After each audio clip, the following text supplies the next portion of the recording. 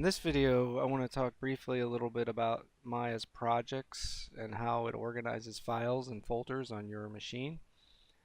When you first install Maya, it will create a default folder inside of Maya Documents, Maya Projects, and if you don't change that, it will just keep saving your scenes and your assets into that default folder. But what you can do is you can go in and you can set up a project. So you can see at the root I have my Maya folder and then my projects folder, and this is in my C drive. I've got a default folder which was created when I first installed Maya, and it populated it with these default folders where your assets that Maya depends on as you start creating assets uh, gets stashed away into these folders. But I've created different folders just for the sake of the tutorial. I'll select beginning Maya, and you'll see now when I go to my project window, it shows me that I've selected as my current project beginning Maya. I could just set up a new folder inside of this directory and give it a new name. I won't do that. Uh, let's just reopen this.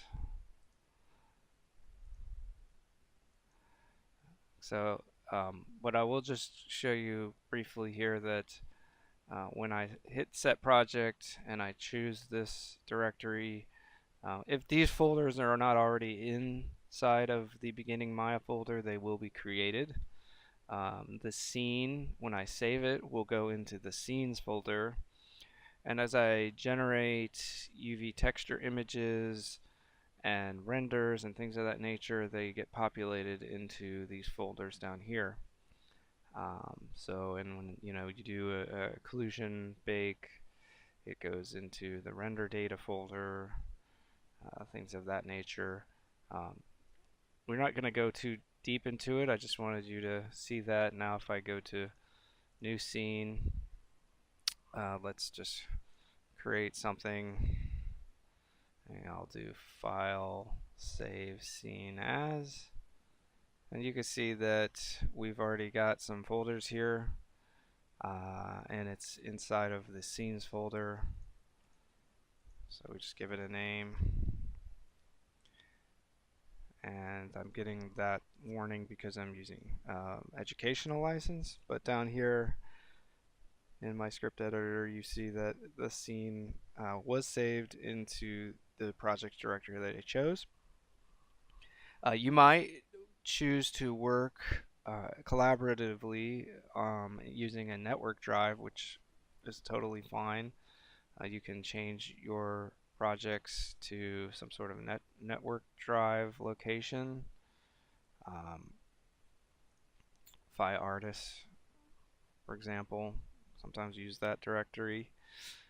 You could also choose to start saving into a folder that backs up your things to the cloud, like a Dropbox folder. So if you have like a Maya folder, you could change it to that, and now it will be saving inside of a folder that refreshes on some sort of backup system, creating redundancy. And another thing I should show you is that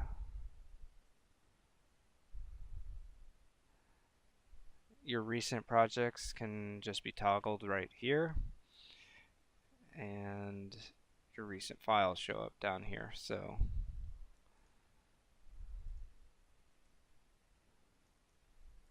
just pop open the preferences real quick. There's also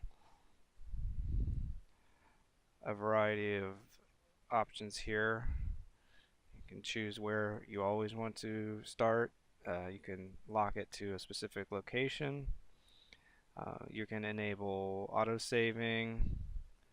in this location as well. If you want to autosave, it will create a backup. Uh, it will create a overwrite of the current file and based on the number of time you you select. So if it's 10-minute intervals, every 10 minutes you will get a message that your file is being saved. I choose not to use that because I just like to force myself to remember to save. You could also turn on incremental save in the save scene options, which you can see I have turned on, which that just saves your your file into a separate folder inside the scenes called incremental save, and that makes it so that you can go back to your editing process and look through your history as opposed to overwriting with a new file every time. And that basically covers it for Maya's projects area. We will go ahead and in the next video start talking about setting up image planes for our first project here.